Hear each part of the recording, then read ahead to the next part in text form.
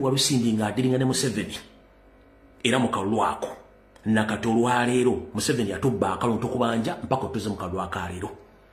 Omwana wa Buganda akoze buli kintu ekyetaagisa okukola okubanga atwala obuyinza bw'eggwanga era n'abuwangula. Museveni n'abubba. Naye ate abasajja be bamu batandise okulya ne Museveni balye mu Buganda olukwe batya. Kati akatambi katandise njala tutandike. Twakava mu kalulu kano nga abaana Abaganda bakattibwa basukka almost 15,000.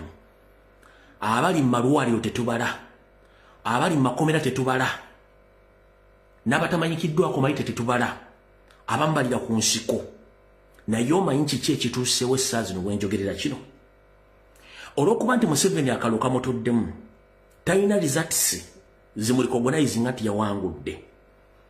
Olw'okuba nti Museveni akimanyi nti Kereziya Katolika yamuvaamu, akimanyi nti Abaganda bamuvuddemu, akoze fujjo mu kubba akalulu, Abaganda mutuna kyamulinga Ssalambwa lya Nsenge n'amulwanyisa olwaleero Muganda.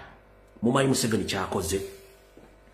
Museveni olunaku lwaleero akuŋŋaanyiza Abaganda abali b'enkwe ne bamusinkana mu State House Entebbe, n'akuŋŋaanya ebisajja ebiri by'enkwe bikitaffe mu nkwe ebisajja ebiganda nebimusinkana mu State House Entebbe. Muli kategori zibaddeyo, ebaddeyo abasajja bakulu mu Buganda bali b'enkwe, ebaddeyo Inter-Religious Council abali b'enkwe babadde mu meeting essaawa zino. Nga Museveni abagamba nina pressure okuva mu Baganda, nina pressure okuva mu Catholic Church. Jjukira nti akalulu akawedde Museveni bwe yali alonda Abaganda teyabassa mu kabinenti. Kati ne bamugamba bantu banne abayaayi bamugamba okukakkanya Abaganda olina okulonda vice president nga Muganda, ng'ava mu Buganda, ng'ali influential nti Abaganda bamuwulire. Abasajja n'abakazi bonna bali b'enkwe tebafuddeyo gaba Museveni nti ebintu by'okoze mu Buganda bimala, waayo obuyinza. Nga muzzukulu wa Buganda bati Kyagulanyi Ssentamu yawangudde akalulu. Manye ebiganda bino kye bikoze? Kye bakoze nga bagamba Museveni ffe tukkiriziganya n'okutuwa ekya vice president era tulonze Jjedde Walusimbi eyaliko Katikkiro wa Buganda eyawummula. Nkiddamu, Abaganda batuliddemu olukwe olwaleero, batudde mu State House eneddakiika 3 tezinnawera, bavudde mu muzzukulu wa Buganda bakolaga ne Museveni. Inter-Religious Council etuddemu abasajja Baganda n'abasajja abalala, saako ebiganda ebifere ebiri mu Buganda bitaagaliza Buganda kubeera na Uganda kulaakulana ne bitula mu meeting ne Museveni ne bikkiriziganya mbu Jjedde Walusimbi Katikkiro yawummula gwe balondanga vice president. Lwaki? Mbu mu Katoliki kino kigenda kukakkanya Bakatoliki, Muganda kino kigenda kukakkanya Abaganda. Mbu luli mu kwekalakaasa okwaleka nga baganye Kabaka okugenda, mbu yayogera Abaganda ne bawulira ne balekerawo okwekalakaasa. Ze factors 3 zibasinziddeko nti bagenda kulonda Jjedde Walusimbi okuba vice president. Mukulu Jjedde Walusimbi obadde state agent wa Museveni ebbanga lyonna, kubanga ne State House mutudde essaawa zino gw'omu ku architect ba State House eyo. Obadde ng'odiringa n'omusajja oyo privately nga tumanye, obadde odiringa ne Museveni privately nga tumanyi, gw'omu ku architect ba State House y'Entebbe. Tukimanyi bulungi nnyo. Tukimanyi nti ekikuleetedde mu bwavu n'okukkiriza omusango okulya mu mwana wa Buganda olukwe bwali bwavu. Ba state mafias bennyini bakuteekamu. Ani abakuteekamu? Oyo nvubuka eyakufera ensimbi gwe bayita Sava Bawa Joyce Bagabe Manga we yazalamu abaana, ye yakuteeka mu ddiu ey'okusuubula golodi n'otunda properties zo worth eziri billions zinga 4 eza Uganda z'ensimbi. Sava n'akufera sente n'ogenda mbwavu completely. Kati olwaleero olidde mu mwana wa Buganda olukwe, olidde mu Buganda olukwe nga pressure eri waggulu. Teri amanyi muzzukulu wa Buganda gyali, mukazi we yalumbibwa mu makaage ne bamukolako ebikolobero, aliira ku nsiko. Gwe n'otula n'ennyanja Soferiti bahabulwa mu kaseera kano n'okkiriza mb'okkiriza okusavinga Museveni nga vice president okukakkanya Abaganda. Kankugambe Museveni, nze nga nze omu tolowooza nti ngenda kuwa ekitiibwa Jjedde Walusimbi gwe mmanyi nti abadde mufere ebbanga lyonna ng'okuva liva ku Bwakatikkiro. Era Jjedde Walusimbi tali president nga Baganda, ali president nga family ye ng'omuntu, so si Baganda. Abaganda bonna abali president nga ye Ssaabasajja Kabaka Ronald Muwenda Mutebi II. Abaganda bannabyabufuzi bonna baagala enkyukakyuka abali presentinga ye Robert Kyagulanyi Ssentamu omwana Buganda aliira ku nsiko. Gwe n'osituka ne babbi bannamwe bafere bannamwe ne mugenda mu State House Entebbe ng'okkiriza obwa Vice President Kisajja ggwe ku myaka gyo Buganda okuva mu 1962 tefunangako mirembe. Museveni kennyini yeetaba mu kutta Ssekabaka Muteesa mu kulumba olubiri. Museveni kennyini yeetaba mu lukolo lwa Ttamu Muteesa e Bungereza. Museveni abadde ngatta Abaganda okuva mu 1966 n'okutuuka olwaleero. Akalu akawadde Museveni yatta Baganda. Nakana akalu Museveni asse Baganda. Kiki ekikututte n'enkwezengeza mu mutule Museveni mulyoke mugambe nti bagenda kulonda ku Vice President nga mulidde mu Buganda olukwe. Mulidde mwana Buganda olukwe nga mwalya mu Kayiro olukwe. Era ne muleeta oyo Munyarwanda. Nga mwali olukwe ne mumulya mu Beni Kiwanuka. Nga n'entaana eteri agimanyi nga n'agimanyi y'ogwotudde naye akwada Vice President. Gwotudde naye Museveni yamanye entaana ya Beni Kiwanuka weeri. Jebbi Walusimbi ku myaka gyo obadde tosobola Ghana kulwa Buganda n'ogamba sisobola. Jebbi Walusimbi batosobola kukkiriza ku myaka gyo egisigaddeko egy'entondo okuganda nti sigenda kukwenda mu kintu kyo. Obuganda bwonna Museveni abuggyeko ettaka alitutte. Mukazi wa Museveni atutte ettaka lya Buganda lyonna alitutte. Mutabani wa Museveni Muhoozi Kainerugaba ettaka lya Buganda lyonna alitutte. Salimu Ssale ettaka lya Buganda lyonna okuli embiri ensozi n'ebira byonna alitutte. Abaganda tebakyalina beegikaluba. Abaana baabwe tebasoma. Kyagulanyi ne kimuleeta ne kimujja gy'ali ali mu Comfort Zone. Najja atereeza eggwanga lyo ggwe Kisajja ggwe Jebbi Walusimbi. Nojja otule ne Museveni mu ntebe mukkiriziganya ofuna obwa Vice President ng'omusajja ali ku pressure ensi yonna emutaddeko ekinyiga. Nojja n'otuula ne Museveni okkiriza obwa Vice President Kisajja ggwe. Mukola ki ku nsi mu abasajja abakulu Abaganda batalina magezi? Kuno muzzukulu okwali mukazi wokwali n'abaana bo kwe bali mulina kufa. Mulina kufa. Mutuulira future ne future z'Abaganda abato. Abagala ensi ekyuka mutunde eggwanga ly'abajjajjaffe. Mutunde eggwanga ly'abajjajjaffe ku basajja kiki ekikuleeta akulonde ku Vice President. Jebbi Walusimbi mubakakkanya Abakatoliki. Bakakkanya Abaganda. Abaganda tetugenda kugwa mu kabega kamu abasajja basedduvutto abatasobola kutunuulira Buganda gye buvudde nawe buli. Omululu kintu kibi nnyo. Jebbi Walusimbi shame upon you. Nyandi Yosoferi shame upon you. Ebbanga ly'obbidde Abaganda. Ebbanga ly'ottidde Abaganda. Mbadde sisuubira muntu yenna ayitibwa Jebbi Walusimbi kola kintu kino. N'akasajja akalala era mmanyi nti mu meeting eno kati oba kabaddemu amaanyi nja gafuna leeta kuba kabadde kalya mu ngalo za Salimu Ssale era keefuula nnyo nga kahistoriani.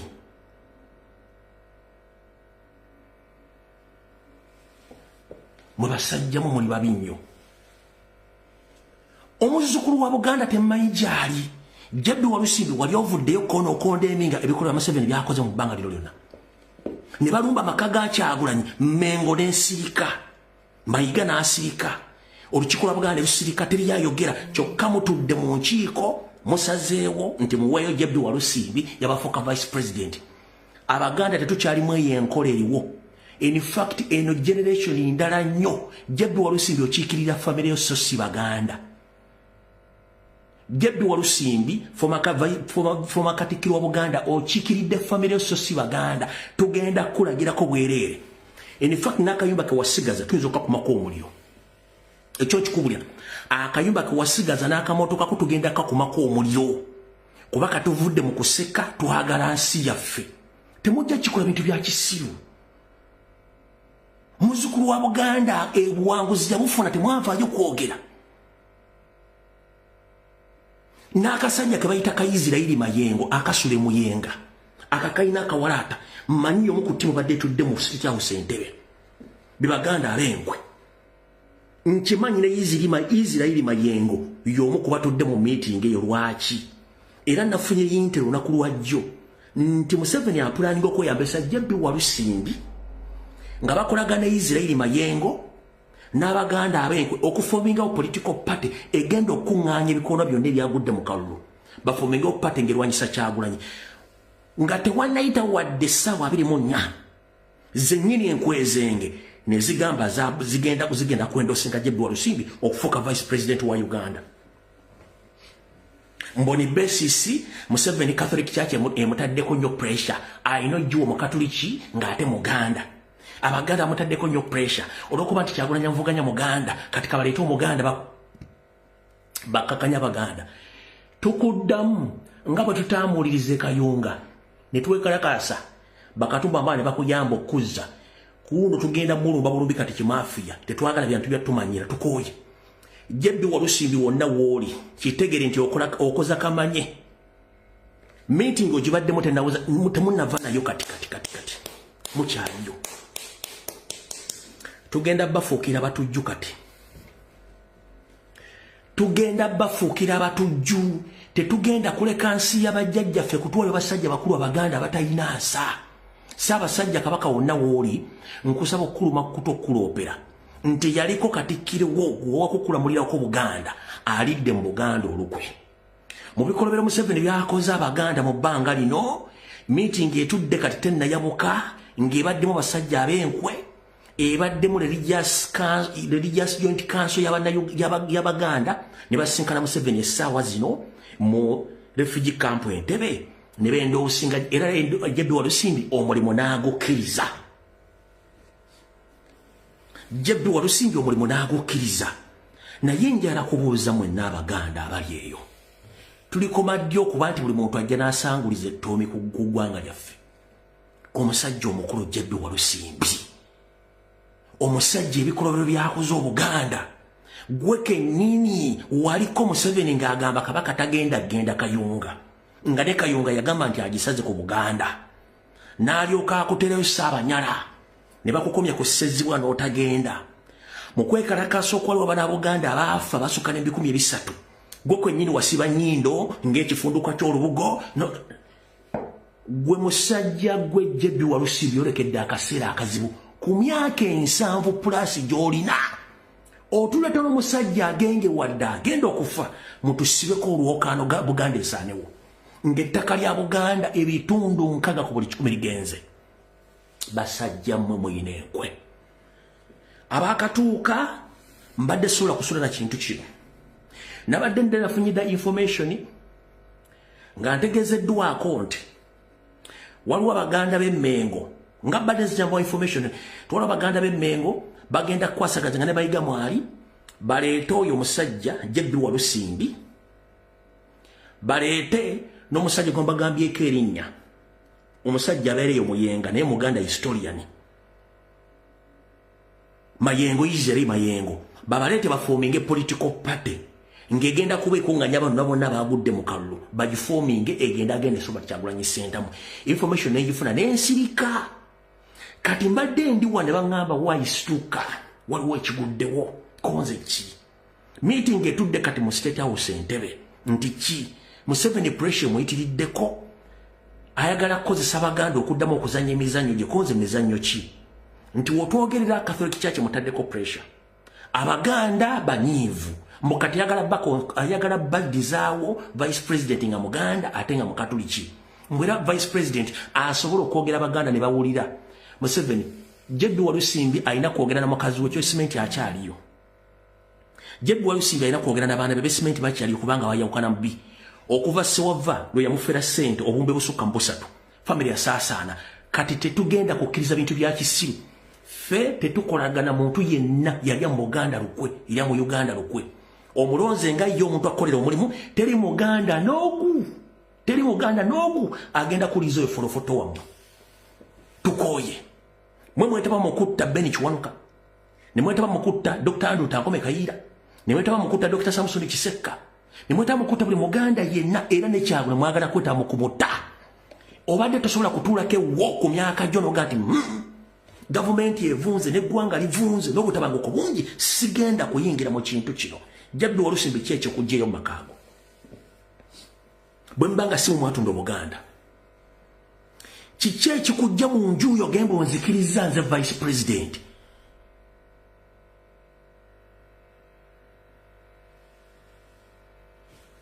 ngenda kusaba Baganda mwenna gye muli buli mwagende ku mutimbagano gwe mwegane Jebbi Walusimbi mugambe tetwagala kumanya fo muganda gwe tumanyi yawangula obukulembeze bwa Kyagulanyi Ssentamu so sibino emmere sigadde ku mmeeza gye baagala obbawa kubanga gweyagala kufuna kafo ng'ofuna at least obukadde nga 5 ba 6 nga gw'otudde mu maka go yalakuzawo Mario. Naye mwe muzanya mwe mugenda kuteeka eggwanga mu ntata kubanga ffe tuli balalamu.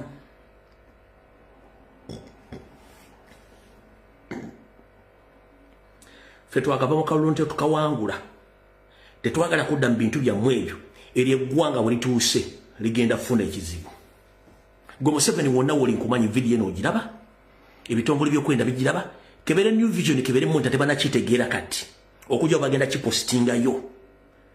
Nze nsoose okujja kibagamba mu live video era mukitegedde bulungi nnyo nti Abaganda abaali mu Ssekabaka olukwe Muteesa, Abaganda abaali olukwe mu Beni Kiwanuka, Abaganda abaali olukwe Mwandu Lutankome Kayiira ba Dr. Samusoni Kisekka be Baganda era bali mu kulya olukwe muzzukulu wa Muganda Robert Kyagulanyi Ssentamu.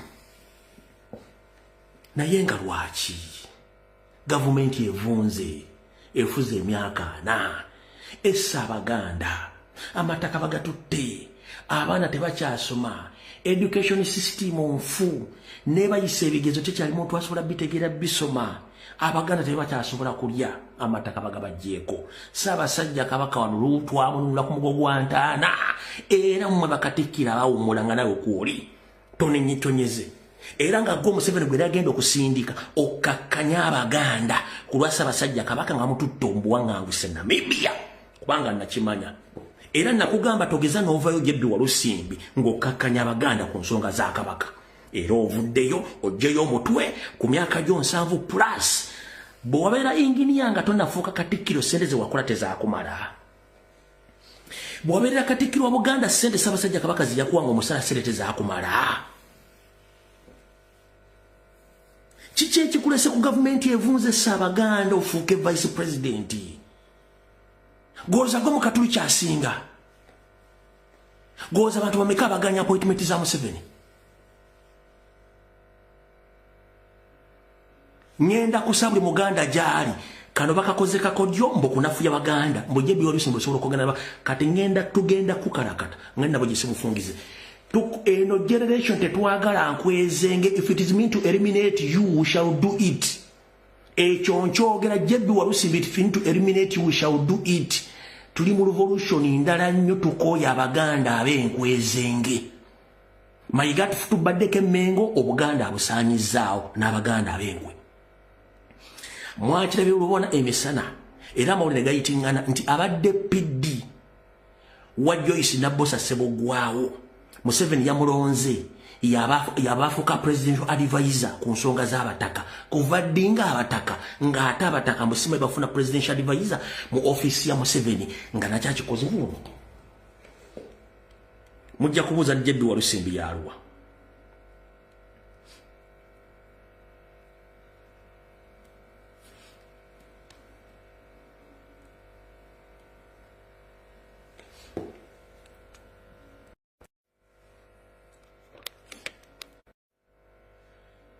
Abasinga baagala jijjayo nno.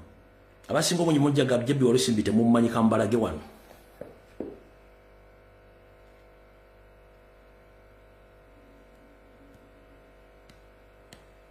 Yona wano Jebbi Walusimbi.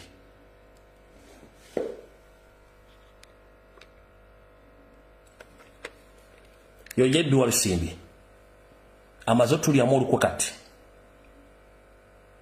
Yo Jebbi Walusimbi amazo tulyamu olukwe essaawa zino akkiriza owa vice president. Huyo yali Katikkiro wa Buganda Museveni kwe yayita n'atematema mu Buganda n'ateekawo Ssaabanyala Ebunyolo Kayunga ekyaviirako lights mu Kampala ne batta Abaganda abataasasulwa abatamanyikiddwa na muwendo ne bateeka Ssaabaluuli ne bamala ne bategeka ne Obwakabaka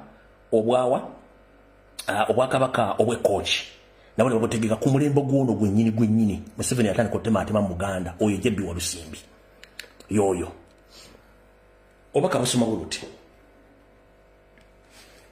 ulira. According to reliable sources within the corridors of power, the powerful Buganda Kingdom Prime Minister John Baptist Walusimbi is said to land a joyous job in government. Sources say that Walusimbi is seen as the suitable candidate to replace Jessica Arupo to execute the duties of the Vice President in the President Museveni's regime. Bakugambye nti okusinziira ku makoona agavaamu oba agayitamu amawulire ageesigika gategeezezza nti yaliko Katikkiro wa Buganda JB Walusimbi yandigonnomulwako ogufu mu gavumenti ya Museveni, naye nga sources zigamba nti ono bagenda musikiza abadde Vice President Major Jessica Arupo okugezaako okukola emirimu gy'oba Vice President mu regime ya Museveni gwe tumanyi nti eneebeerawo. Ulira bulungi. We have learned that President Museveni has met Walusimbi for 3 times now, holding a secret talks within. We have learned that President Museveni has met JB Walusimbi for 3 times now, holding secret talks, which has given him higher chances to be shortlisted as the likes replacement through. Before, he was always missed because of the political calculations at hand, like last time of official Buganda Kingdom and the Catholic Church, where favorite Kiwanuka II, who was retiring from the office of the Speaker of the Parliament. Trusted sources have now said that the ground is now fertile for him to take on the job, since even Museveni wants to make fence with powerful kingdom and it's young. Kati conditions bamuloddeko ze zino. Bagambye nti ono asobola okwogera n'Abaganda ne bakkakkana. Ojja kukakkanya nnyoko. JB Walusimbi ojja kukakkanya nnyoko, si Baganda. Bana Baganda baakyuka mukko. Ojja kukakkanya nnyoko na famire yo. Kubanga gwe kennyini weetambikulwa ebya business ez'ekifere. Oyo nvubuka n'akufera ssente zikuleetedde obwavu butakyasobola kulowooza. Yakufera billions zisukka mu 6. N'otunda ebizimbe byo mb'ogenda kukola gold deal oyo saava. Kati akolanga presidential advisor ku nsonga z'abalangira n'abambejja olululangira. Yakufera ssente. Joyce bawa Joyce Bagabe Manga. Yakufera ssente. Kati ojja kukakkanya nnyoko abaana bo ne famire so si Baganda. Abaganda tetukyagala kumanya kati ku kintu kyonna kitafevalinga Muganda oba ekitayaba Muganda tetwagala kumanya. Abaganda bagoba ku mataka, tebakyasoma, tebalina mirimu, bawaŋŋanguse, babasse, teryayogera. Ojja kukakkanya nnyoko Museveni nga bw'akulonze. Mbwe ekyokubiri agenda muleetawo mbu kubanga yali favorite Catholic Church esobola omukkiriza kubanga n'abadde amutaddeko olukongolo musajja mu Katoliki. Let me tell you one thing. Mu revolution tetubeesinga ku madiini. Tetubeesinga ku madiini. Catholic Church yayimirira n'egamba ffe tetukkiriziganya na mukulembeze atulugunya abantu. Tukkirizigana n'okukyusa obuyinza nga abantu beesaliddewo. Yayimirira ku grounds zaayo. Era kye kyakuviirako n'okusiba Reverend Father Sekabira e Masaka ng'omutaddeko emisango gy'obutujju mbw'akolagana ne Kyagulanyi. Kano yagala mulete Catholic Church olw'okuba Kyagulanyi akuvuganya mu Katoliki oppressinga Omuganda akakanya Abaganda olw'okuba nti abavuganya Muganda mbw'ate mu Katoliki. Bino tebiri ku ddiini y'abo Katoliki, tebiri ku Muganda. It's all about the national matters, not Buganda issues. Bino si bya genda okojja kakkanya nnyoko oba kitaawo. Yenna nawulira ng'oli onyiigidde ebigo by'enjogera essaawa zino, oli wa ddembe live ogivaako oba wogisanze togiwulira. Bw'oba tolina busungu nga nze kitegeeza tuyagala Uganda era tuli munda Uganda. Omusajja asaanyizaawo eggwanga. Ekintu nti oyo musajja JB Walusimbi abaddengayo nga buli kimu akiraba ate si lwe lusoose okusekana Museveni. Abaddenga atambula ne mu kalulu akawedde nakuba JB Walusimbi ono nnyo. Lwe yali alina okusindika Museveni yamusindika jjimbo era alumbe Kyagulanyi amukkakkanye. Nakuba JB Walusimbi abaddeko mujjukira. Mu kalulu ka 221 nakuba ono JB Walusimbi. Webale Juliet enamba ya JB Walusimbi yo bagiba waddaawo. Musulenga mugikuba mpaka yiyo bagiba waddaawo. Musulenga bagikuba abasobola mulumbe katukoye ebintu by'okutumanyiira oba kuwomaje essaawa zino we don't care. Genda okakkanye baana bo famire yo mukazi wo na bakikakyo si Baganda. Go wenyini mu myaka jo abakufera bali mu government. Go wenyini wali architecture wa State House entebe sente waziteeka wa eyakufera wa NRM. Nobera katikiro Buganda myaka almost myaka almost 10. Bobate wa saving and bakufera, we are less concerned about your appointment. Tukoya akamanyiro. Omwana Buganda amanyikiddwako na wali essaawa zino gw'otutta omutwego mb'ontudde nzikiriza ekifo kya vice president. Waliwo obusajja message kanti basomere njiba mazo gibasomera esoma bwete nti Abaganda abenkwe bibayise saako ne inter-religious council ne Museveni ne banne batudde mu State House Entebbe nga ne Jebi Walusimbi mwali ne bakkiriziganya ku factors zino 3. 1 mbwesooka alonde Jebi Walusimbi nga vice president we. Ekisooka kwe kugezaako okuyisaako eddoboozi lye akakkanya Abaganda kyamulondedde olw'okuba muvuganya Muganda mbw'ate Abaganda bamuvuddemu. Oyo olonze mukozi wo si Baganda si Muganda. Oyo olonze mukozi wo so takiikirira Abaganda. Ensonga ey'okubiri mbu okukakkanya Abakatuliki abakomyeyo ku mwaliiro. Abakatuliki bonna bassa kimu baagala change si bya ddiini. Ensonga ey'okusatu mbu okukakkanya abantu b'omu Buganda mbu olw'okuba bo bali Abaganda bavuddemu. Meeting eno eyinza okuba nga ekyagenda mu maaso bange ewedde kubanga wenzijjidde zibadde dakiika 3 nga bakagivaamu nti bakkiriziganyizza naye afuuke vice president wa Buganda olw'okuba baagala kuteeka wansi Baganda oluffe batusibeko we batyo. Jebi Walusimbi baaba eyakwawula esiridde. Jebi Walusimbi eyakwawula esiridde bukyango lya miyungu ku lulwo lidde mu Butanga. Mwe mwalya mu Kabaka olukwe. Abaana Baganda baali banyize ku Lwekayunga. Gwe kennyini noye mukalaga bannanga Baganda mukakkane n'otulyamu olukwe. Era obadde otambulanga ne Museveni nga mukola enkwe zammwe. Ettaka lya Buganda lyonna balimazeewo toyogera. Tokondemingangako ku ligimu ya Museveni. Tokondeminga ku bikolebwa Mengo. Tokondeminga ku kuttibwa kw'abantu. Okuwambibwa kw'abaana Baganda. Nga nekyatuuse ku muzzukulu wa Buganda amaka gatakyasula nga ne mukazi wamukozeeko ebyensonyi byambyone tonnayogera wabula ositudde omutwego nze nzikiriza okubeera vice president ekyo kikafuuwe ennawo bagibateereddewo awo yo Jebi Walusimbi naye temwerabirawo n'akasajja akalaka bayita Isirairi Mayengo kasuleyo Muyenga y'omu ku bo yemu ku ttiimu eyo era gye badde bagenda okuleta mu Kampala ekole ekibiina ky'ebyobufuzi nga bagenda kuleta bano bonna ebikono byagwa bitandika okulinnyirira Buganda n'okulinnyirira Robert Kyagulanyi Ssentamu.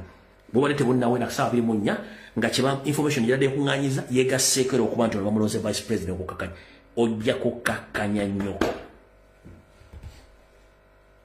Awo tuvuddewo. Ekyo nza mukitegedde bulungi nnyo ekya Jebi Walusimbi kati njagala kukola clarification ku information gye nataddejo. Ekyo nkimaliriza information njagala kukola clarification ku information gye natadde olunaku lwajjo. Information yabadde etya esookera ddala. 1 njagala okutegeeza mwenna bannayuganda abatasobola kutegeera muzannyo gwa Museveni gwazanya byabufuzi nga ffe babimanyiiko mutuwe time tumanyonyola ensonga zino. Tobuukira statement gye nkoze nga tonnagitegeera sooka ogiwa obudde. Lwaki olina ogiwa obudde?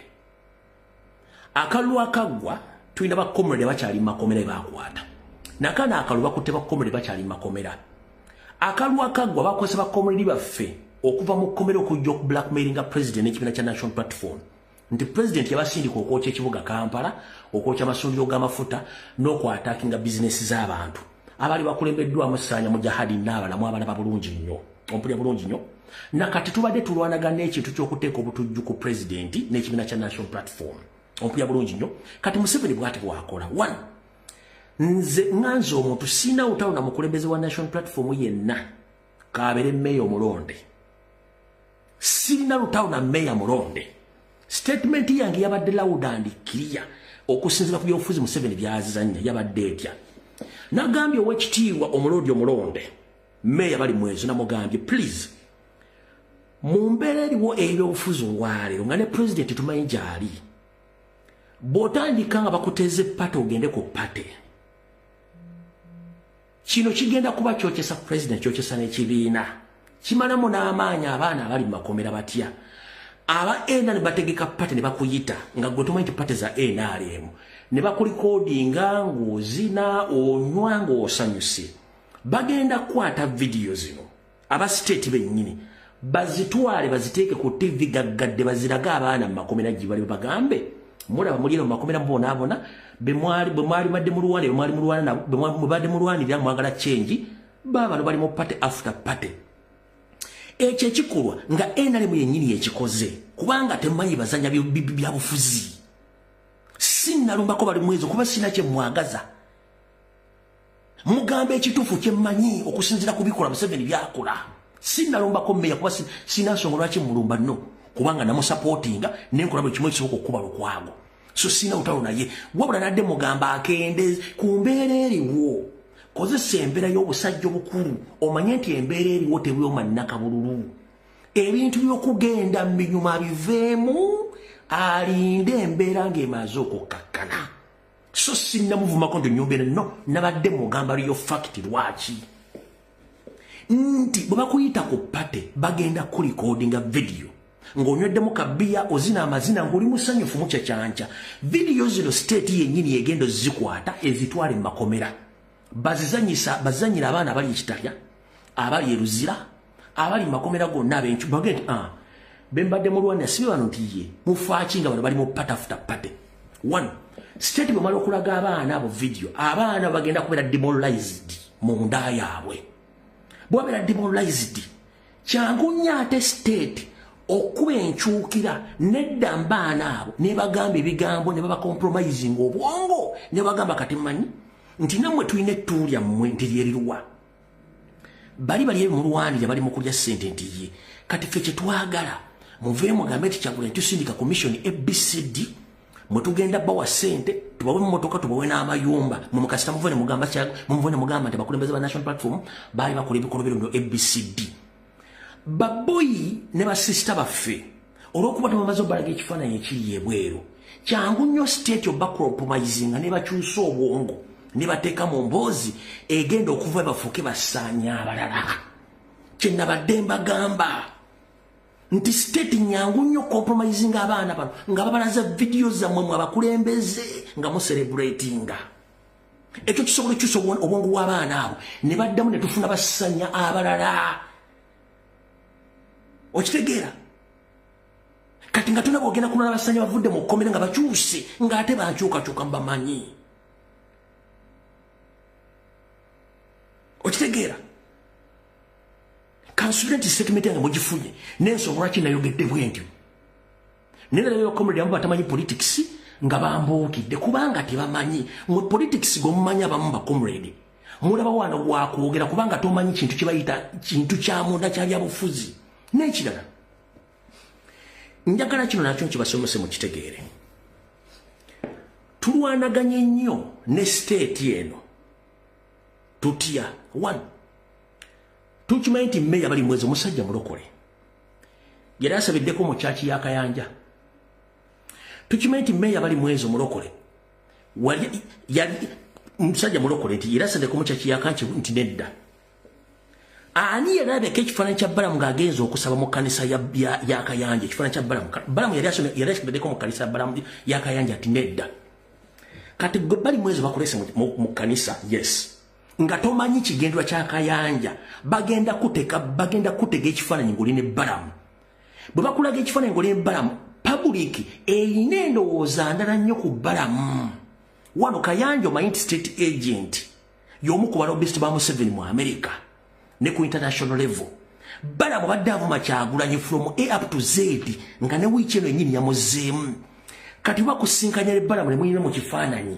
iyo public ekifaananyi egenda kisoma bula gwe politically ogamba we are here to unite for the sake of the country for the sake of the city yes you are right but the other west side abantu bagenda kira mu nkolanda kubanga bakuteze kitege okufuna public discussion egendo tukuba nekati kumuli najana kwa video musime bakadama sime basekana muri weru mutulekanira oba banyesente baziriye babade bagenda kola no please njala tubenga abantu abakuru bakutege ekifana nga tulina bogenda ki explaininga public egenda kisoma bulala public egenda kisoma bulala kati bakusanga watango olina omuntu mu kifaananyi abadde avuma president since 2021 ngavuma president buli lunaku nga ne wiiki ewedde yamuvuma nenolwali yamuvumye nejamuvumye baposikusetinze ne mu kifaananyi ogenda public egenda kipasivinga etya public egenda kipasivinga etya kankolaga ekifaananyi kino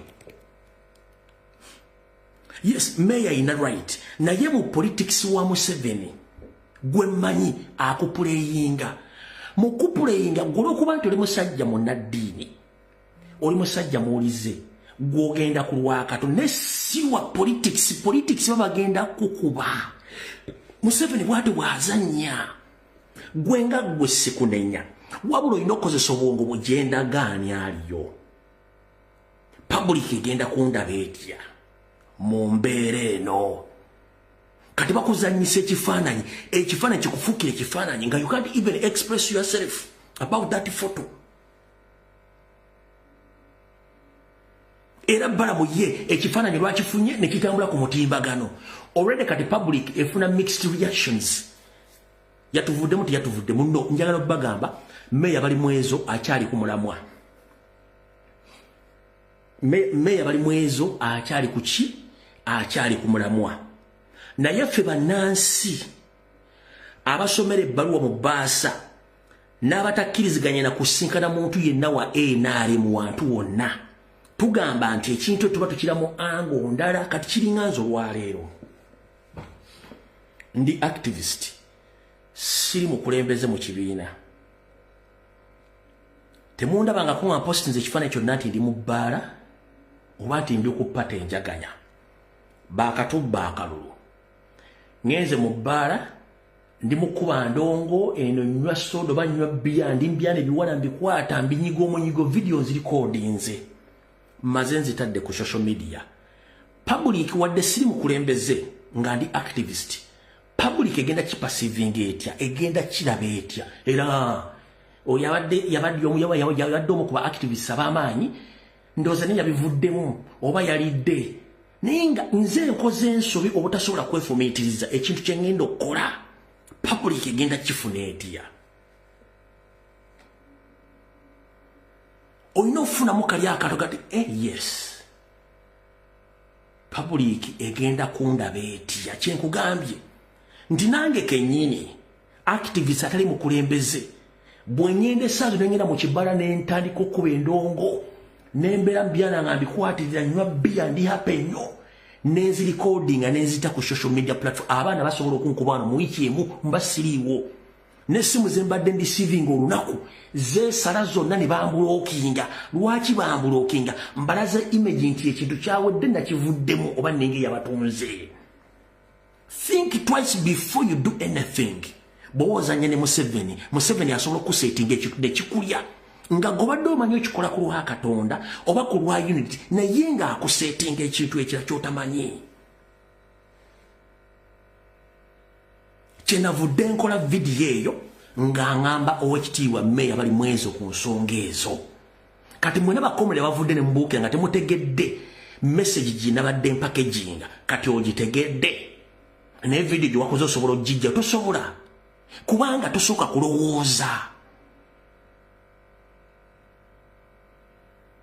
tosooka kulowooza tulwana Museveni essaawa zino ba vice president munabasibe president tetumanyi waali bano ba MP ab'ensonga bonna tosobola kumusanga mu nju ye bonna baabula kuba state bataddeko emisango ng'ate ekozesa opposition okutandika okulondoola buli omu ng'emulondoola waali babanoonyanga abanoonya omubbi w'akasimu state ng'ebanoonya kati in such a situation tosobola kuvaayo genda ku pate tosobola kujubilating oba kucelebrating kiba kiwa image ne banasibe nyini batandika bero twabagamba kati already ekintu kyetuba tuzimba na kyetuzimbidde ebbanga oba okitta nkiddamu you have a right to do so but think the repercussions of the people who voted you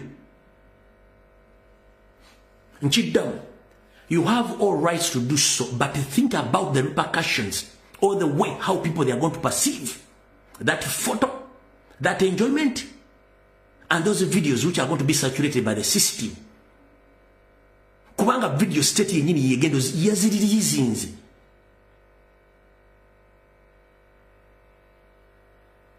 kubanga tosobola kumanya lumbu yekyayogedde akyogedde mu mutima ki nange nkuwadde example wano ndi active siri mukulembeze nesinga nkera kumacha bagenda ku pato balengera mu bbaala endongo ngevuga ne recordinga bulungi nnyo nga nkutte ebikazi nnyo nenze postinga ku page yange ne yange bwonya gye mmanya struggle bayinza okukalakatira ku page n'essimu yo neekulema okuggulawo nenga tolina gwosobola kunnyonnyola bannaye nadde nga ngenzeeko kujjako stress tebaziba baagala ekintu eki kubeera permanent activist kulumba Museveni mpaka kuwulira bubi kubanga ye ango bakumanyidde the moment okyusa mu mbeera eno bweti oba okiguddeko kankuwa example endala musobola okutegeka embaga oba okwanjula ku lunaku lw'okwanjula bwe luti maama wo n'afa ku lunaku lw'okwanjula bwe luti taata wo n'afa ku lunaku lw'okwanjula bwe luti omwana wo n'afa oba omuntu akuli okumpi n'afa osobola okukontinuwenga n'omukolo ogwo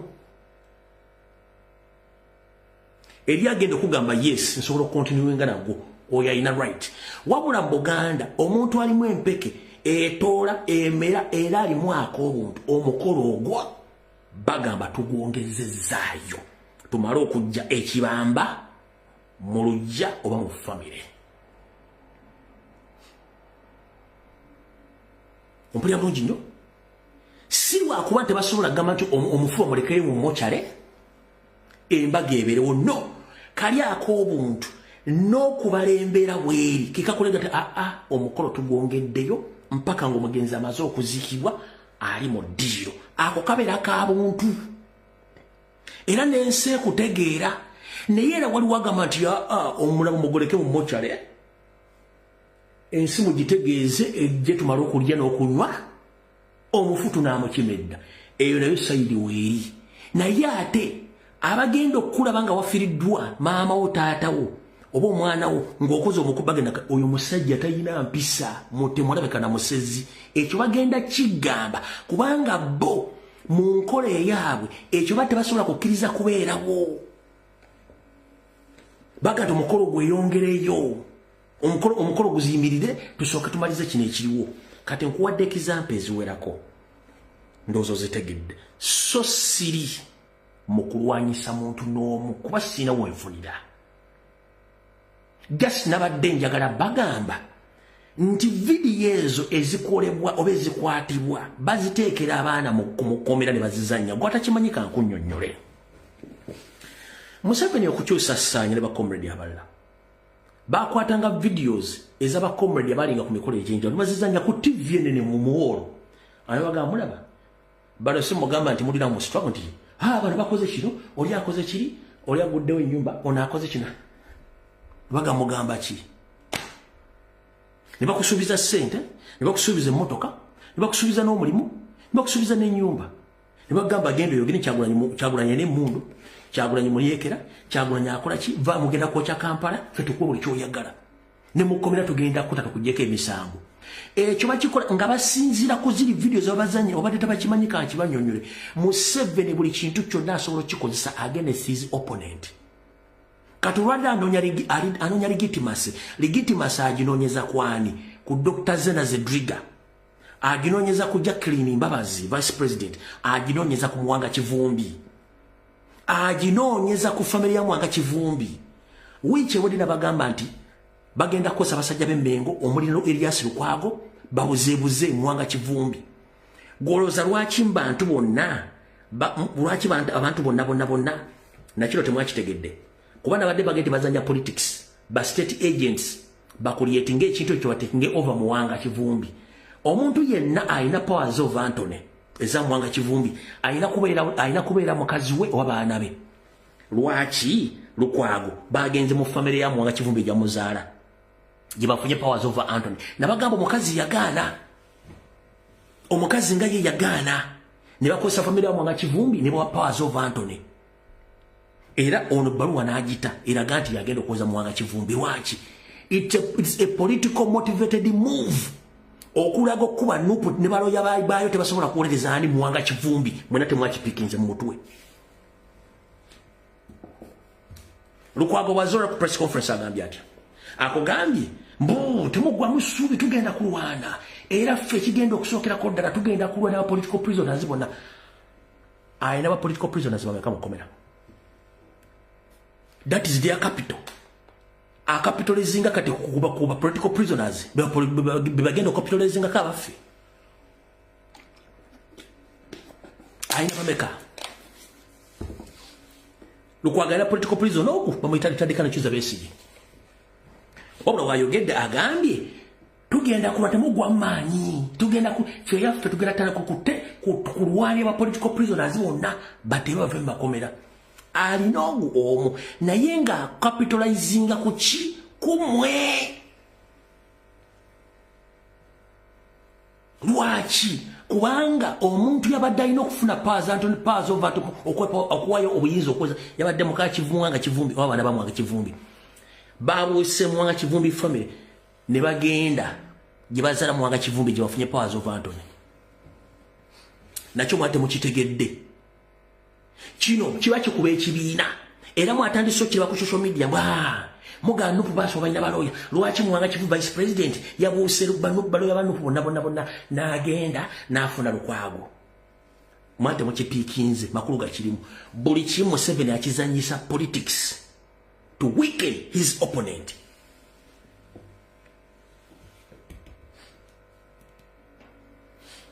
Mwate mukibuuse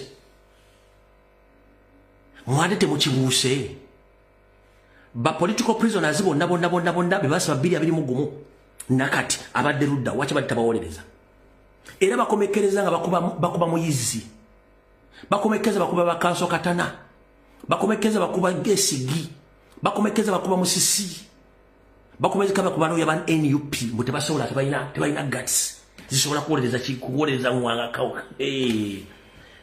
Mbagambye politics wa Museveni okumutegeera kijja batwali ebbanga ddene nnyo bwe kyolabanga ekitono ya kikapitalizingako. Katika nkulaga ekifaananyi kino akulaga ekifaananyi kino olyoka otegeere kyenkugamba ojja kitegeera bulungi nnyo.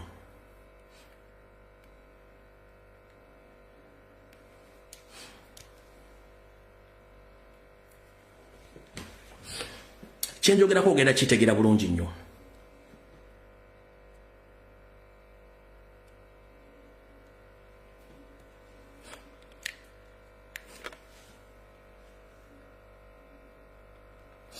Ekifaananyi kyo kiraba ekyo nga bw'okiraba kyabadde well set nga bagenda kita for public discussion nga ye musajja wattu bali mu ezo is a holy man. Wabula bana ababiri bano bebadde bagenda kifunamu for their political agendas bana babiri. Era ndowooza olaba engalo bw'ozira bulungi ne face zaabwe kati bulijjo mbasomesa facial expression ne body language. Kati njagala otunne body language eri mu kifaananyi kino. Facial expression, body language eri mu kifaananyi ekyo.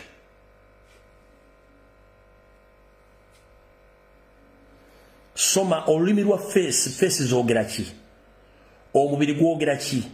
Ebikolwa byogera ki? Singa yabadde unity nga bajagala nga tekyabadde political motivated. Kayanji yabadde alina okukwata omuntu nga bw'akutte ebbalamu n'akwata ne bali mwezo guno omukono ogulaba. Due to their political games, bo beekutte oli bamuleka nga is the old man out. Tuna face expression. Ekyongo kivuddeko. After the service, mwalabye video Kayanja ziyakoze, ne Balamu ziyakoze, n'ajiriga president haveyo aje tumutwala agenda yogere ne mukulu we mukulu we jera muhozi Kanyarugaba amwe kifo kyayagala gwagamba nti munonya unity kubanga one bakuyita naye nga bakimanyi nti go badde president across the country namukuba campaign kitegeeza bakulabanga namba 2 we mumpulirize bulungi nnyo Lord Mayor Mulonde owekitiibwa ennyo bali mu ezo okusinzira ku campaign nga bwe zibadde gwabadde omukunzi okunoonya ensimbi era badde ku campaign trail no gibaddeko ate kati mu public bakulabanga namba 2 wa Kyagulanyi ng'ovuddeko ku vice president kati balaba namba 2 wa Kyagulanyi ng'ofunye ebifaananyi by'otaasose kwanalayizinga lwaki bampita mu kaseera kano lwaki balamu waali ng'okimanyi nti balamu abadde avuma president kubanga the moment they called you or they invite you first study the situation ani akuinvitinze what is the purpose of that invitation kubanga their purpose was to confuse the public toyina buzibu nyongero bagamba nga njogere kigambo kino bali mwezo tayina buzibu tanabera compromised wabula emizanyo gye bamuyitamu gy'atannamanya emizanyo gye bamuzanya egy'ebyobufuzi nkiddamu meya waffe bali mwezo tanabera compromised ali kwalali 100% naye political games ze bamuzanya tannazitegeera one state yetegese party ne bakuyita olwokuba nti you are elected mayor notasooka kuvaluwinga ani ampise what is the purpose according to the current situation am I supposed to go there you evaluate the situation to know the situation doesn't favor me to go and attend the parties no chiteka mbuongo tisijja genda mbabulidde lwaki bamuyita kuba Kayanja wakubira who is Kayanja is Museveni's lobbyist tuchitadde Kayanja since he became a pastor tavumirirangako kikolwa kyonna kikondeminga Museveni wandibadde osooka nomanya lwaki lwengenzeeyo Kayanja lwavumiriddwa ebikola bya Muhoozi ebyokulumba babi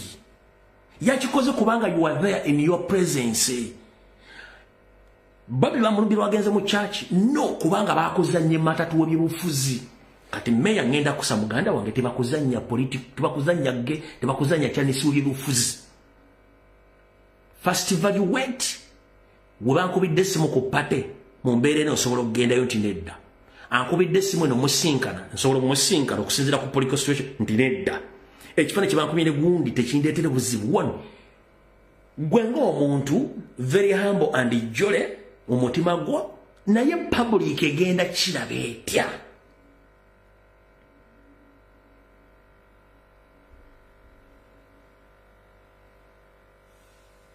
public egenda kiraba etya ofanga nnyo ku public opinion or it's the public which voted you in that office is the public which voted you in that office baagala ki ebirowoozo bye biri ku ki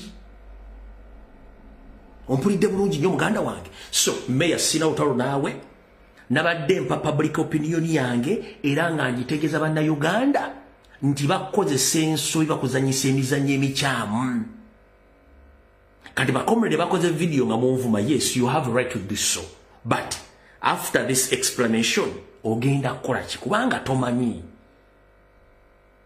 kugambye essanya yagambako Museveni alaali sisobola kujoyininga ene wadde okukolera n'abale bagamba Museveni tusobola ne balemera ku Kyagulanyi bamaki tebamugafe tetusobola negomanyi how many times ba state agents gye balumba abaana mu makomero baga ebibozibozi bitagatta nga bakozesa ekintu ekyo baleta video bazite bali bagenze ku mukulu bali ba celebrities bali bakoze bati omwana ga bwe banga nani kiki ekidda konti katusobola okubawa ssente tusobola okubawa buli kimu ne tubasasula mugenda kukola omulimu ABCD abandi bagugwamu eyo ne statement gikomezaawo ndoza mufunye bulungi ba comrade eyakoze video ng'ovuma sina buzibu waba nnyo balire ddala naye kati otegedde ekinyusi kye nabadde ngamba kubanga bwenoga nti tebalina mugaso ne bali asebeza bazigiye kubanga they are meant to do that. No, tebali meant kola ekyo. Goloza lwaki omubbi bwabbe enkoka asooka gikweka tasobola kulira mu bantu alya yeekwese tosobola kulaga public erina image ndala bw'ogiraga image eriwo current public egenda kugatta kye tuliko ekyo mukitegedde bulungi nnyo nakyo kivuddeko saagala kirwako ndowooza nkibalaze bulungi nnyo nkiddamu okugandibwa comedy yenna eyanvumye siina buzibu naawe neyanziza munnange niyo lasooka ng'omanye omusajja n'ekigambo kino akyogedde ng'akijja ku ki nkijje ku kye nakugambye tulina yisiro wa comrade abaabuzibwabuzibwa olw'ebigendo bya Museveni ng'akozesa obutambi obufaanaganyizaako ne bwafulumye n'ebifaananyizo bwe byafulumye kuba ekifaananyi kyokka ekisobola okwokyesa naye nga gwe omutima gwe olina kifaananyi kiraba naye ga tebaagala kulaba kifaananyi ekyo okitegedde bulungi kati wano tuvuddewo kankole statement eno wano angenda kusaba abakulembeze ba National Platform okuli Oweekitiibwa Joel Ssenyonyi SG David Lusi Lubongoya n'abakulembeze abalala temuyita press conference currently no musooke muyite meeting ey'abakulembeze bonna abeesimbawo okuva ku councillors ebero C3 ba mayor ebero C3 ba councillor ebero C5 ba mayor ba chairman ebero C5 ne ba MP abawangula n'abagwa bonna mbayite musooke mutuule bwe mutuula musooke mufune resolution eruwa 1 akaluba katubba kubanga 48 hours bye bakamajenda okulangira mu results tazirina mugende mugobere tweet zani za Amsterdam Robert Amsterdam zali mukole sawa zimu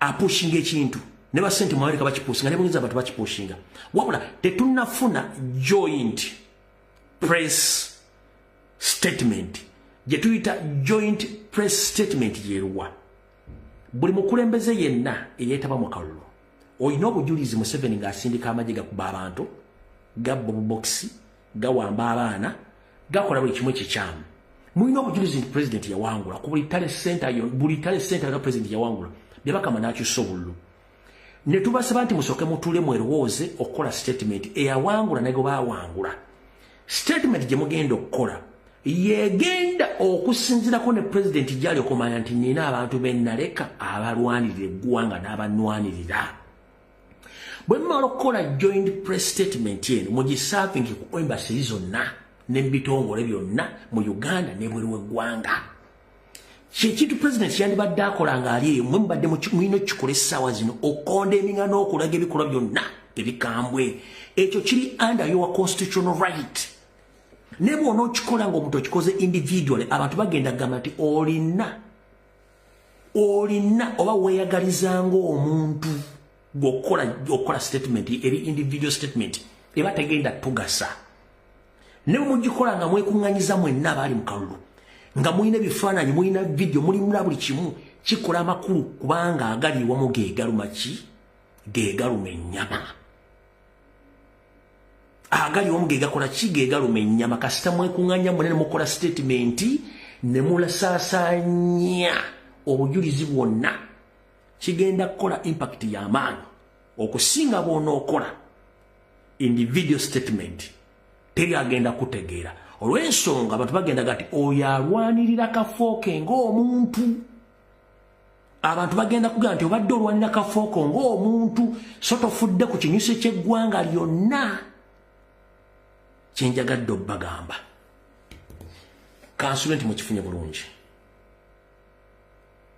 n'olwebigambo ebyo saagala balwisaawo kubanga nze kikerezi njala mukama bankuumire naye munoonye ejjebbi walusimbi wonna waali mumutegeeze ebyakkiriza bibyenga omuntu ffe tetubiriimu abaganda tetubiriimu bazzukulu ba Buganda tetubiriimu kubanga enkwe zisusse era nja kujjanga wano mbalangire enkwe nejjebi walusimbi ngenda kulangira enkwe mpaka kuwulira bubi obadde osobola okutuula ewwo n'ogaana omulimu ogwo mwetaba mu kutta Ben Kiwanuka Abaganda era nga Museveni mwali n'obote mwetaba mu kutta Lutakome Andrew Kayiira nga Museveni mwali mwetaba mu kutta abantu eruweero Museveni nga mwali abantu abaffe Kayunga Jebi Walusimbi waliko nga gwe Katikkiro abaafa tewakonda eminga wasirika busirisi olwaliro ku myaka gy'onsanvu pulasi nga muzzukulu wa Buganda abadde asobola okununula Uganda ne Buganda okkiriza ekya vice president ng'ate yawangula okimanyi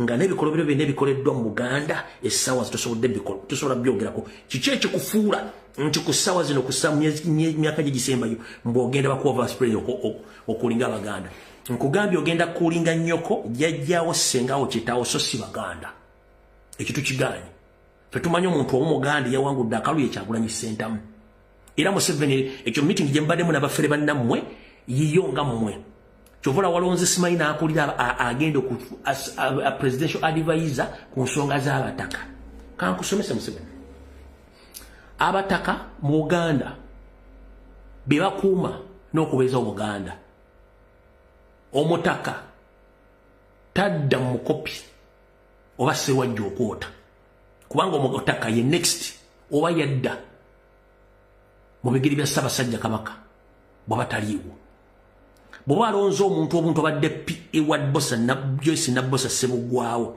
mbu kati yakwasaganya ensonga z'abataka ye advisor ku nsonga z'abataka nga tolondanga kwasaganya ensonga z'Abanyarwanda ono kankusomera message yagabwe bw'ati Nyandi Osoferiti Bahabulwa has appointed Henry Lutwama as a special presidential assistant and coordinator of Bataka in Buganda based at the State House.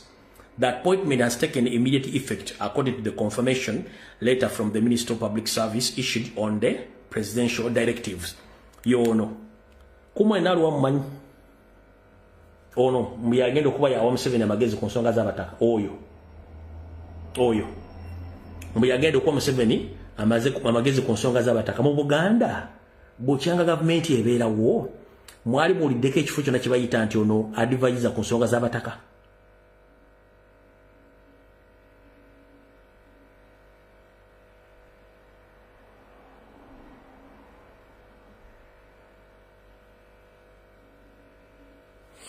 kati njagala osooka osome photographic interpretation y'ekifaananyi kino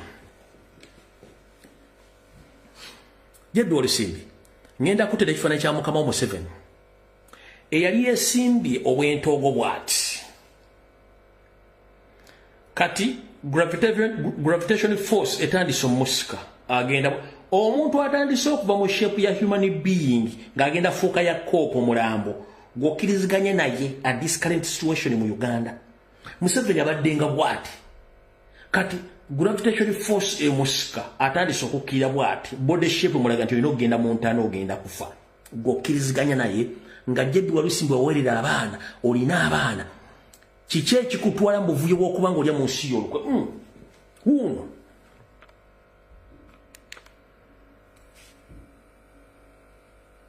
huyo gravitational force emusika atandise okwewetanga ekitoogo agenda oyo golaba atandise okugooma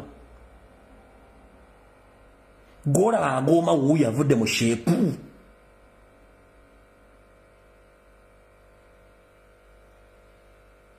oyo kitegeeza spinal cord tekya coordinating na mutwe na body ona naatera okufa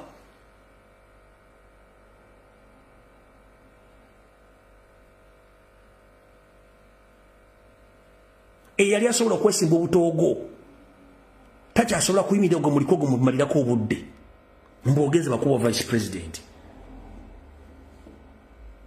muli basajja babi nnyo Jebi Walusimbi ne Katonda gyali akulaba olidde mu Buganda olukwe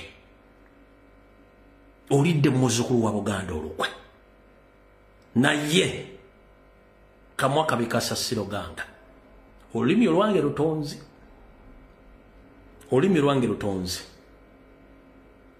nga tetunnatuuka mu gwakutaano gye mugaje muyinza okulayirira wayinza okuba ekintu wakati awo naye nkulayira obuyinza obutamalaako nkulaira oyinza obutamalaako kuba kati manye essimu zigenda kukubirwa ne ku mulirwana abantu bagenda kutandika okufujja endusu kino ne ku mulirwano w'osula bagenda tandika okufujja olusu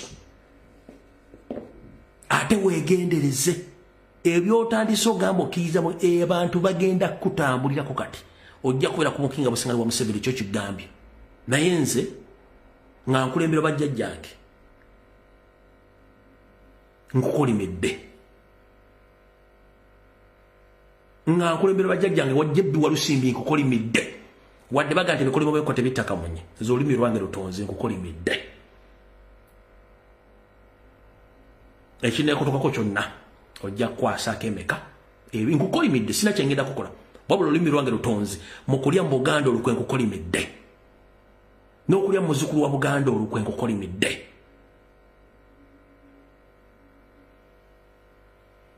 Abaganda basse tubala miliyoni olumusi zisukka mukaaga ez'Abaganda Abaganda basula ku fuuti 2.5 baba tutteko ettaka litutegwa otudde naye eyasalasala mu Buganda Ssaabanyala n'amuteeka Kayunga Ssabaluli n'amuteeka eri n'akwata ekkooki n'ateekayo kabaka waayo Buganda babusalamu ku mulembe gwo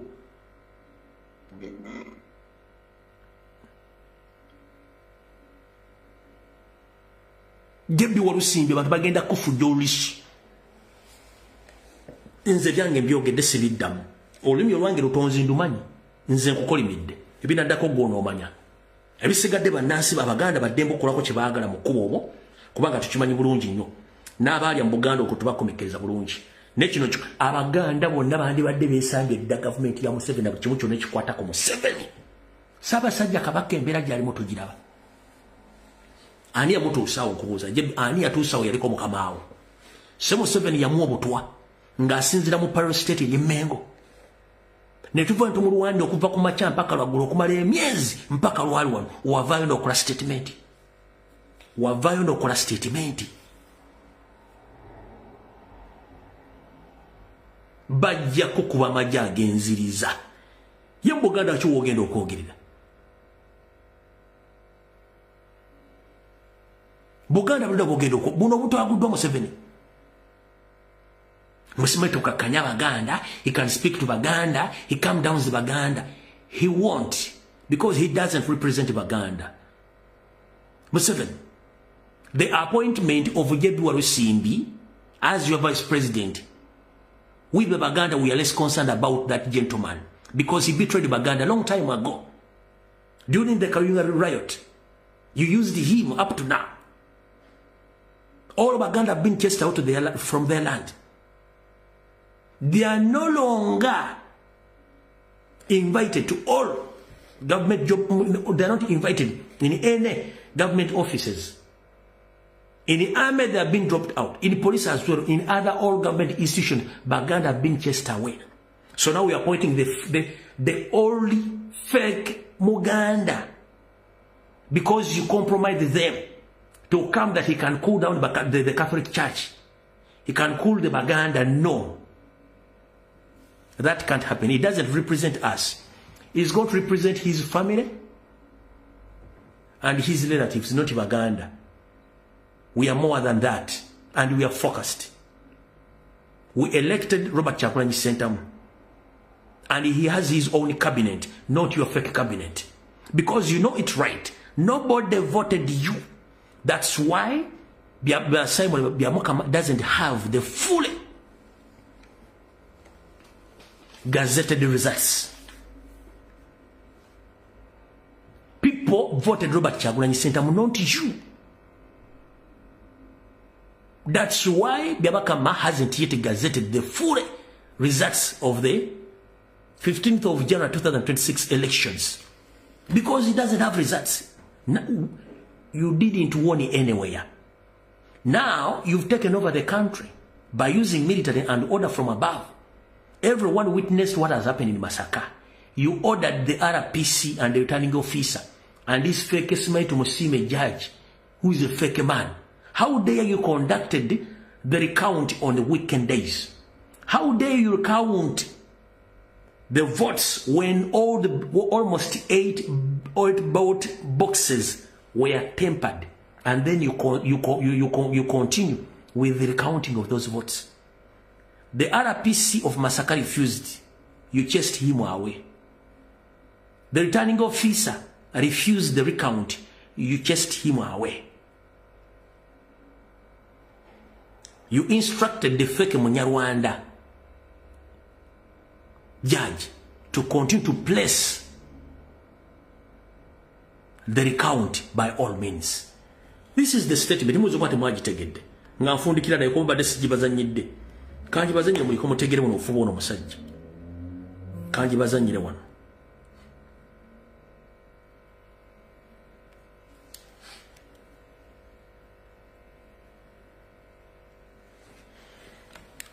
Byebyo. Kanka bazanyire wano mukale bulungi nnyo. Yoyo mukyala gwe byakaloke Masaka. Wanga temukyali wosanga bwenkanya bwetubanga ku kooti tewakyaliyo bwenkanya RPC mu region eno yagobeddwa kuba teyasobola kuyamba kibiina ekiri mu buyinza okukibbira obumu. Returning officer bamukubira essimu nga tuli ku Tale Center njogera kino with authority nga bamugamba declaring ennameere n'abaga nti namaze dda okudisplayinga results zino and 90% results zimaze okufuluma omukyalo ono awiininze ne bamugamba gezaako kukyusa omusajja n'akwata omusaala n'agenda n'asaala. In fact that night I think yagenda n'asaala emirundi esatu okutuusa bwe yava mu kusaala okwokusatu najja n'adeclaringa with or without their orders. Era yagamba ku ssimu abamuli okumpi n'abaga nti nze na trainingibwa bino bye muŋŋamba si bye nnina okukola na trainingibwa okukola ekituufu. Najja n'adeclaringa immediately nga ne 11 polling stations ezo ze baclaiminga bambi tezinabakola ki kujja kubanga yalabanga pressure ekoze eki ekiyitiriddeko. Right now yagobeddwa ali ku katebe. So ebintu ebikolebwa president yafulumizza statement sincerely n'agamba nti nakobye RPC w'e Masaka ne returning officer kubanga babbira nuuku obululu. Era kaakati returning officer namukyusizza ne RPC namukyusizza nga n'omusango guno tegunnaba kuwulirizibwa. President ali on record agamba nti yakobye bali kubanga tebayamba NRM okukola ki kuwangula. Batiyamba buyambi RPC omulimu gwe kulaba nti NRM erina okuwangula mu kitundu kino. Where was RPC's role mu kalulu kaffe? So basebo ne banyego tetugenda kusirika ng'ebintu bino bikolebwa mu ggwanga lyaffe. Tetugenda kusirika nga abakulembeze abandi badde ekyokulabirako ate ne bakuttenga omubuli okulaba nti baviolatinga rights z'abannayuganda batyoboola amateeka g'eggwanga bateekawo obutali bwenkanya. Zombitegedde. Kati mbadde ndakinalabidde kankibanyonyole. Mu lunaku lwe balumba amaka ga pulezidenti nga taliyo ng'eriyo omukyala we Babi Itungo Kyagulanyi, abasajja ba Muhoozi nga ne Muhoozi kwali batwala academic qualifications za pulezidenti zonna, ne batwala ensimbi enkalu, ne batwala ebyapa by'ettaka byonna ne babitwala, ne batwaliramu n'ebitambula by'abantu abasinga obungi, empapula oba travel document bazitwala ezisinga obungi. Kati okusinziira ku intelligence gye nnina, bagezaako nnyo okwagala okutandika okukyusa oba okusabotaginga property za president nga bayita mu lands. Era bali mu contact ne bannannyini mataka ago buli kimu batandika omucompromisinga okugenda against ne president. Kati njala tegeeza Museveni, ettaka teritambula era terisenguka. Buli muntu alina endagaano ey'ettaka oba buli muntu alina ekyapa kye. Kati gwe okujja mu nju ya Kyagulanyi n'obbamu ebyapa by'ettaka, n'obbamu travel document, n'obbamu academic papers n'ebintu byonna n'obitwala, tekikuwa legitimacy and you own those documents or you own those properties. No. It just makes you to be a fool. Moors. The acts which you practice right now makes you to be a fool. No jano baby byapa musajja kati muri mulandizi mugezaako kunoonya bannannyini mubatiise batandika ogenda against the president. Tekigenda kujja bwannannyini ku kiki. Travel documents zonna mwazitutte ezimu mwazisaasaanyiza. academic documents zona mwazitutte mugenda zikoza academic documents zisoma Robert Kyagulanyi Ssentamu land title zisoma Robert Kyagulanyi Ssentamu travel documents zisoma Robert Kyagulanyi Ssentamu ne banne kicheche kutwasa empapula z'omusajja kudiru ki mwe temwagali akodera muntu ali bulungi nga tavamu talidde ku ssente yammwe tava mu famire yammwe mbuuza temwagali akodera muntu nga ali bulungi talidde ku ssente zammwe tava mu famire yammwe temwagala ko muntu nga ali mu mbeera eyo mwe temwagali akodera mulaba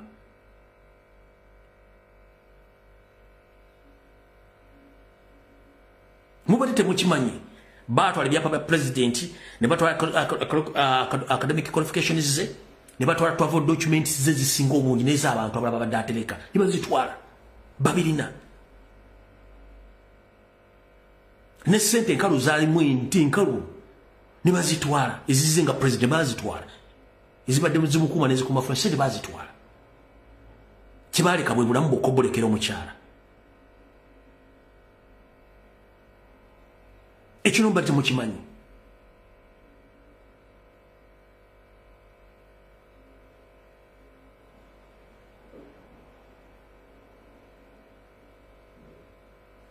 nakyo nkibagala mukitegeere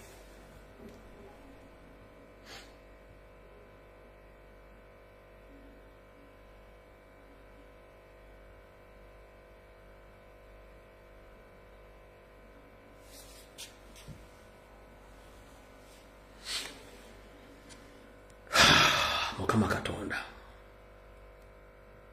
tusaasire